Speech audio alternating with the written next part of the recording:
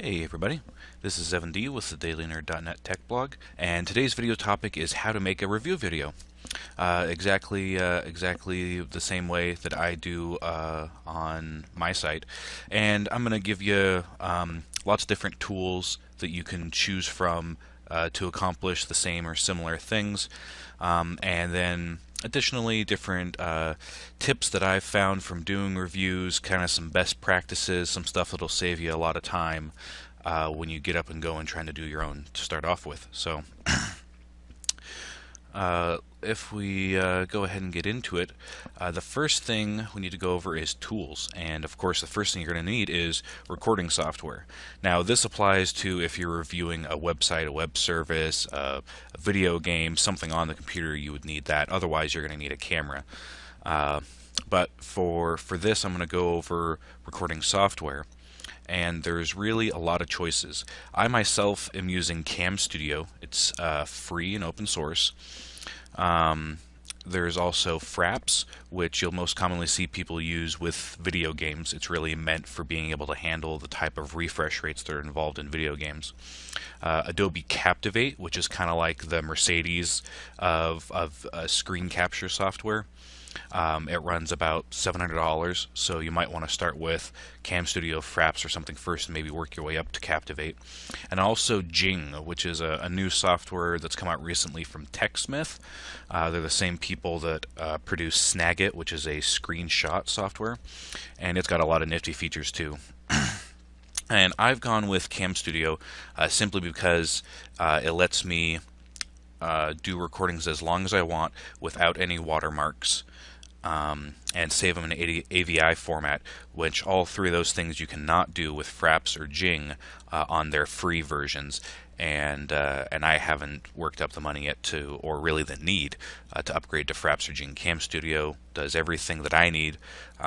If you look at any of my other review videos, you'll see that the quality seems to be just fine. It keeps up with the type of screen recording I'm doing, and that might change if I decide to go and review a site that has a bunch of Flash or Flash video or something on it.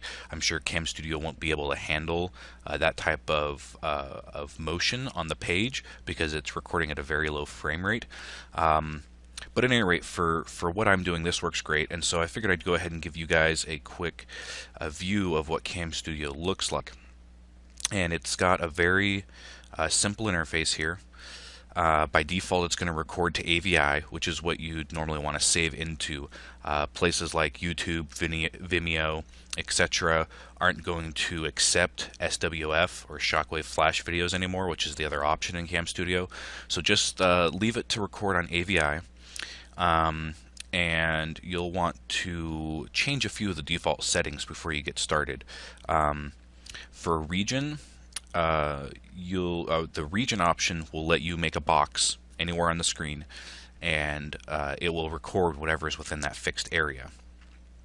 But it'll let you change it every time. Every time you go to record a video, it'll ask you what part of the screen do you want to record.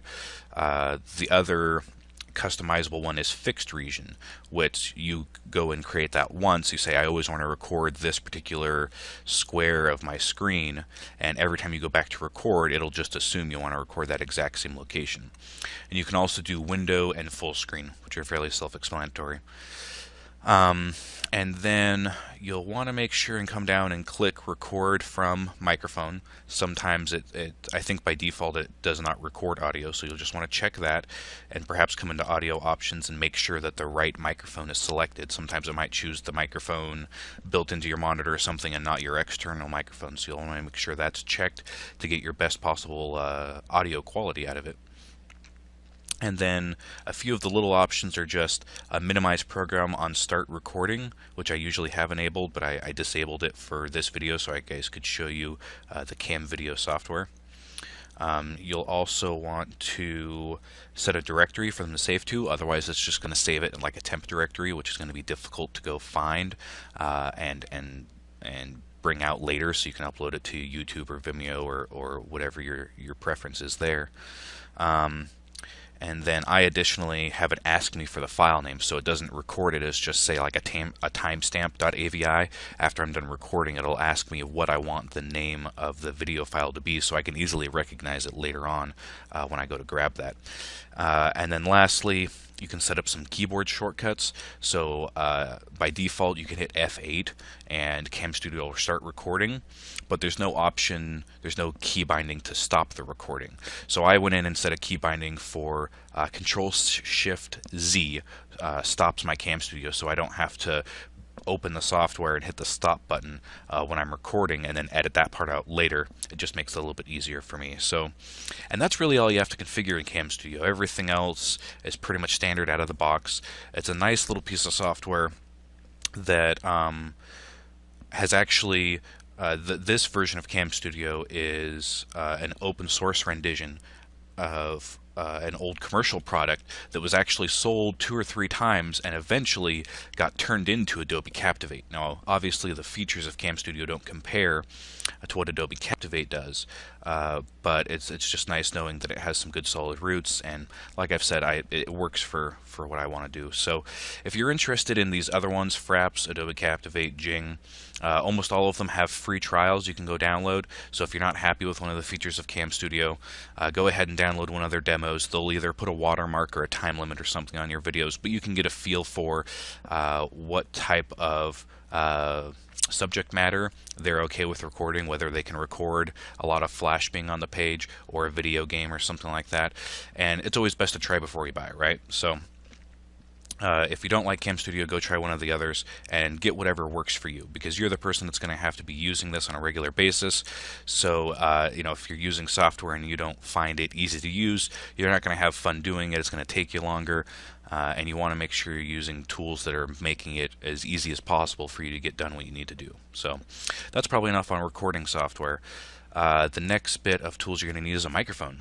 I can't stress how important a microphone is to doing this type of review process, because people are really, you know, more than half of what the video is your voice.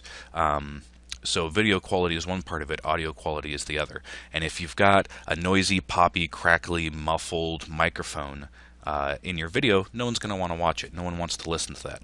So when you're going to pick out a microphone, a couple of rules to keep in mind are you get what you pay for. The $8 microphone that you find at Best Buy, or the one that came built into your monitor, your laptop, or whatnot, is going to have awful audio quality. I wouldn't even start with those. It's really not worth it. Lots of them have popping, crackling. You can hear your hard drive or something whistling in the background. So go out and get a microphone and be willing to spend a little bit of money. You don't have to go out and spend hundreds of dollars, but even if you go out and buy a $30, $40 microphone, you're going to notice immediately a much better quality in the audio that you're getting out of it, and that's going to help your voice and your presentation come across that much better. Secondly, get one that you're comfortable with. If you get yourself, you know, some boom microphone hanging that's standing off of your desk, and you have to lean over to talk into it all the time, again, it's not going to be comfortable. It's not going to be easy. You're going to feel like you're forcing yourself to do it. And especially if it's uncomfortable and you're moving back and forth from it or whatnot, that's going to affect the audio quality too. And then lastly, if you can, and this is a big if, is get a condenser microphone. Most of the microphones that are in the consumer type microphones, headsets, desktop microphones and whatnot, are very cheap relative to condenser microphones. A condenser microphone is it's a little difficult to explain, but it's a much higher quality. It's the type of microphone you'd use in radio ads and whatnot, and they're going to run you a lower end condenser microphone will run you at least $150, probably $200. But if you're really getting into doing reviews, or your audio quality is just paramount to you, go out and find a nice condenser microphone, preferably one that hooks up via USB, so you don't have to have a soundboard or something to adapt the condenser microphone to your audio input, and give it a shot. So spend a little bit of money on your microphone. It'll be worth it in the long run. Get one that you're comfortable with and you know that you'll use, and if you really are concerned about your audio quality, spend the extra money and get a condenser microphone. You'll never have to buy another microphone as long as you're careful with it. And And our last tool is a powerful PC. Screen capturing like this takes a lot of processing power. A lot. Um, if you are recording in 720p, so you can think of that as 1024 by 768, about there. If that's the screen area that you're recording, I would recommend that you have at least a 2 gigahertz dual core processor. You'll have one core to run your browser or the game or the video or whatever it is you're recording, and another processor core to do your recording on that end. And that's what I'm running my system on. It seems to work okay. The video doesn't always have the highest frame rate, but I don't have any audio jittering problems, which is what you would see if your machine was severely underpowered for the type of media you were recording. And 720p is respectable. That's what a lot of people are going to watch on YouTube, or they might even watch it lower at like 480p. But 720p is your first high definition resolution. That's probably where you should start for your recordings. But if you really want to get out there and do 1080i, and that would be if you had a 1920 by 1080 resolution monitor and you were recording the whole screen, that would be a 1080i video. And there you're going to need at least a 3 gigahertz dual core or more to be able to do that. And really, if you're recording at that higher resolution, you'll probably want to dish out the money for something like Fraps or Adobe Captivate because they're much more efficient. Things like Jing and Cam Studio and other software aren't going to be able to keep up with that amount of recording. So keep that in mind when you're going to start up doing a review or something. You don't want to have to go out and rebuild your entire machine. So if you know something like this up front, you can downscale the size of your screen that you're going to be recording so that the video comes across clean and the audio comes across well also. And additionally to our list here, you might need some video editing software. I don't use that myself for these. I do all of my videos in one take. But video editing is a pretty big topic. I could probably spend a whole nother segment just talking about all the different video editing options that are out there, the pros and cons of those, and what's going to work best for your particular use case, but I'll definitely save that for another time. So our next subject is going to be prep work. This is next to the tools, making sure you have quality tools. The next biggest thing is going to be your prep work. And the one that I can't stress to people enough is get to know your subject matter. I don't know how many times I'm reading a review online or listening to someone's review on YouTube, and they get a fact wrong about the product that they're reviewing. And it just really goes to their credibility. They've done a review on something and they don't even know all the details of it. So if you're going to review something, don't just pull it out of the box or pull it up on a web page and do a review of it 10 minutes later.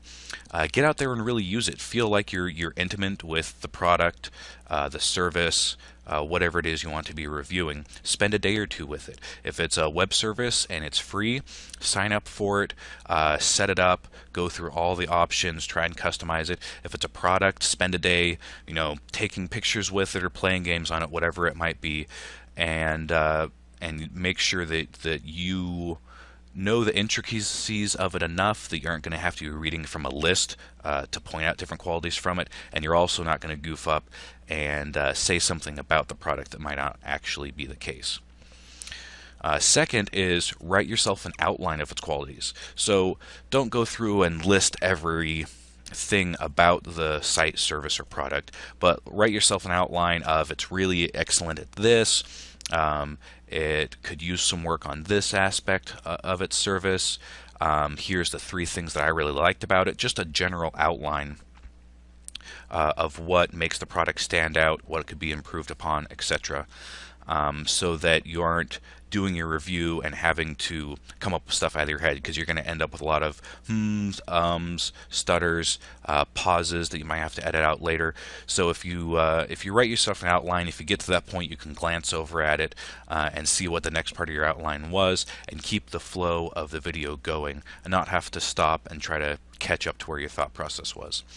And last of all is do not make a script. I don't know how many times I have listened to reviews and people are reading off of a script and they get into that monotone voice because they're reading off of a piece of paper. It's not fun. People don't want to spend their time learning about a product just to have someone ramble on in a monotonous tone, just reading off of a script. And that's the problem. Even if you take all those qualities that you've picked out and then you make a script about them, you lose all the flair, the emotion of why you think the product's really great, or perhaps why it's really bad. And so try not to make yourself a script. Try to get to the point where you're comfortable enough with the product that you can just go out there and it's like you're talking to your viewers, because that's what you want to be doing. You want to be talking to them, forming a relationship with them, have that emotional connection, and reading off of a script. You might as well just take that script and put it up on your web page as an article, because it's not going to do you any good as a video review. So additionally to some of this prep work, you could bounce off some other people, get online, look at forum posts, look at some other reviews, not to plagiarize, but just to see if they had any strong opinions one way or another, because they might have found something that you've missed, a particular use case or whatnot. Maybe run it by some friends. There's all sorts of options out there for you to get a lot of this stuff done before you even hit the computer and start doing the recording, so that the video turns out that much better. Lastly, just a few additional tips that I've run into, so I'll try to get them out of the way for you so you don't run into the same hurdles, is check your microphone volume. Every time before I actually go to record a video, I do a few tests here and there, placing my microphone, what my surrounding audio environment sounds like, and then play it back to myself, because there's nothing worse than going to watch a video and you can barely hear the person. You have to crank your speakers all the way up to try to hear the person, because they didn't make sure that their volume was normalized. Additionally, if you've already been watching a bunch of videos on YouTube and then you click on someone else's video and your speakers are just blaring because this guy had his volume cranked way up, that's going to be an annoyance too, and a lot of people will be turned off by that. So taking the extra minute to do a couple of test runs, position your microphone, make sure everything's normalized, will save you a lot of headaches down the road. Check for artifacts and tearing. Once you've done your video, go back and watch it a few times. Make sure that any video on the screen or your cursor scrolling down the page isn't tearing either too bad or at all. That's going to really affect how people are thinking about your video. If they're trying to watch it and there's all this pixelation and screen tearing while they're trying to pay attention to it so they can figure out what you're talking about, that's going to really take away from their objectivity when they're trying to absorb the information you're giving to them. So taking the time to go through and proof your video before you put it up there can save you a lot of time. And that's the other thing, is have someone else proof your video.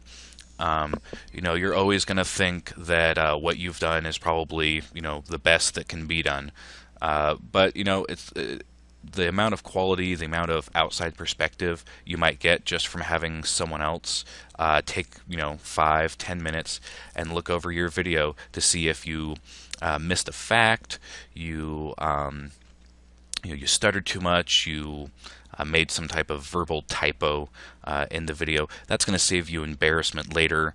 All you have to do is redo the video or edit that part out if that kind of thing happened, versus having to go back and putting some type of update or redo on your video online. So and this, I think what I've given you here is a good set of tips and basic best practices for doing a video that I really think you should be able to go out there and do your own now. So if you just want to get started, just go find a website or a service that maybe not everyone knows about. Obviously don't go do a review of eBay, but go out there, find a website, pick out 5-6 things you really like about it, maybe a couple of ways how they could improve, download the software, hook up your microphone, write yourself an outline, and go ahead and try it. So that's all I have for you on this. Probably do a video later on video editing software if that's something people want to see. Otherwise, this will probably wrap it out, and I want to thank you guys for your time again. And signing off, this is Evan D from the DailyNerd.net Tech blog. Cheers.